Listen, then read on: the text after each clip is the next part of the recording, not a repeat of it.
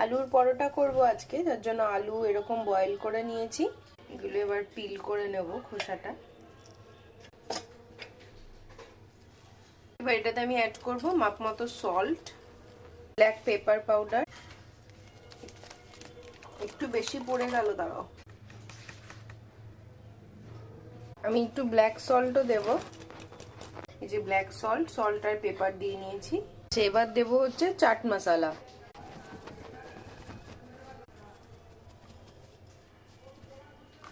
এটা আমার কাছে আছে হচ্ছে ড্রাইড ম্যাঙ্গো, মানে আমচুর পাউডার যেটা, সেটা। এবার নিয়ে নিয়েছি ধনে পাতা, এটা আমি কুচো করে এর মধ্যে দিয়ে দেব। ধনে পাতাটা মিহি করে কুচাবো। আচ্ছা, এটা আমি এখানে একটু জোয়ান নিয়েছি, এটা ক্রাশ করে নিয়েছি। এবার এই জোয়ানটাও অ্যাড করে দেবো। নিয়েছি গোটা জিরে, এটা একটু আমি ড্রাই রোস্ট করে নেব। রোস্ট করে নিয়েছি, এবার এটা ভালো করে গুঁড়ো করে নেব। এটা রোস্ট হয়ে গেছে, এবার এটা দিয়ে দেবো। মশলা সব দেওয়া হয়ে গেছে। এর মধ্যে যেটা অ্যাড করতে হতো কাঁচা লঙ্কা, আবার যেহেতু আমার মেয়ে খাবে আমি ওটা দিতে পারিনি। এবার এটা ভালো মতো মেখে নিতে হবে। আলুটা না একটু নেড়ে নিতে হবে, না হলে না পরোটাটা বেলতে গেলে ফেটে যায়।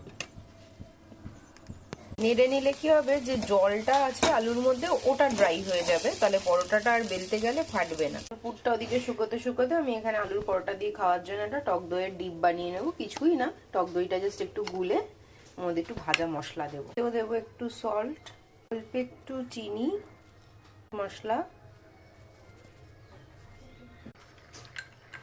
এদিকে আমার আলুর পুরটাও হয়ে গেছে।